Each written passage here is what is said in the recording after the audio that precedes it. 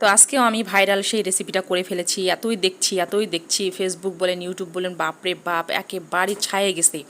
কি যে বলবো, কি যে আর কি করব, তাই ভাবলাম যে দেখি আমিও করে ফেলি সেই ভাইরাল রেসিপিটা কেমন হয়। তা ভাবলাম আপনাদের সঙ্গে একটু শেয়ার করি। তো চলুন শেয়ার করি আমি রান্না করছি, কি রান্না করছি তা দেখাবো অবশ্যই। আসসালামু আলাইকুম। তো এখানে আমি বেগুনটা কেটে নিয়েছি চারফালা করে। তা আমি কিন্তু মানে যেই রেসিপিগুলো দেখেছি ওরা কিন্তু একটু করে কেটে নিয়েছে। তা আমি এটা পোকা আছে কিনা ভিতরে একটু আমার কাছে মানে সন্দেহ মনে হয়েছিল যে ভিতরে সমস্যা আছে, তাই এটাকে চারফালা করে নিয়েছিলাম। তারপরে করে এটার ভিতরে মরিচ আর রসুন ঢুকাই দিছি। তো মরিচ আর রসুন কিন্তু ধামধুম করে পড়ে যাচ্ছিলো এদিক ওদিক। তারপরে আমি চেষ্টা করতেছিলাম যতটুকু পারতেছিলাম ওকে ভিতরে ঢুকায় রাখতে। আমার এই পিঠটা হয়ে গেছে, এই পিঠটা সুন্দর একেবারে পোড়া পোড়া হয়ে গেছে। আমি চারো পাশটা একেবারে সুন্দর করে এই পাশ ওপাশ করে পুড়ে নিব। আর বিশ্বাস করেন এটা যখন আমি করেছি আমার কাছে এতটা ভালো লাগছে, তখন মনে হচ্ছে যে আসলে কেন এটা এত সবাই দেখাচ্ছে, সবার পেজে পেজে সবাই কেন এতটা আপলোড দিচ্ছে এই ভিডিও।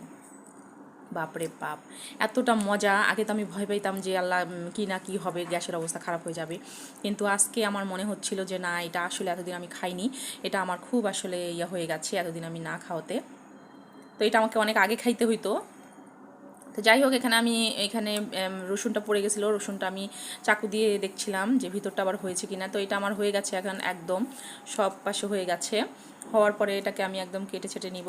আর কালো কালো যে চামড়াটা কালো পুড়ে গেছে ওটাকে আমি একদম তুলে নিয়ে পরিষ্কার করে ফেলবো।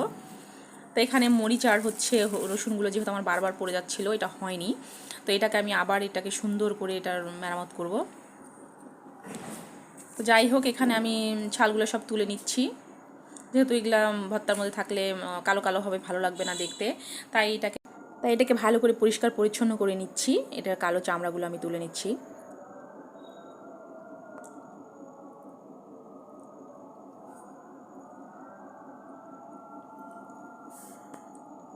তো যাই হোক, এই ভর্তাটার এতটা টেস্ট হয়েছে, চুলায় পুড়লে যেমন একটা পোড়া পোড়া গন্ধ আসে, বিশ্বাস করেন যারা খাননি অবশ্যই একবার হলেও খাবেন, এই রেসিপিটা অবশ্যই খাবেন।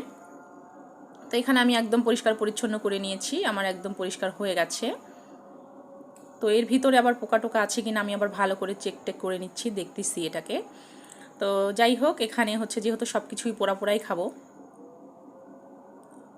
তো এখানে আমি রসুনটা একদম শক্ত শক্ত আছে, তার রসুন আর কাঁচামরিচটা আমি এইভাবে চাকুর মধ্যে দিয়ে এটাকে গেঁথে তারপরে আমি গ্যাসের মধ্যে দিয়ে পুড়ে নিব। যেহেতু আমি সবই আজকে পোড়াই খাবো, তো এগুলো আর ভাজবো না, তাই পোড়া পোড়া করেই নিচ্ছি।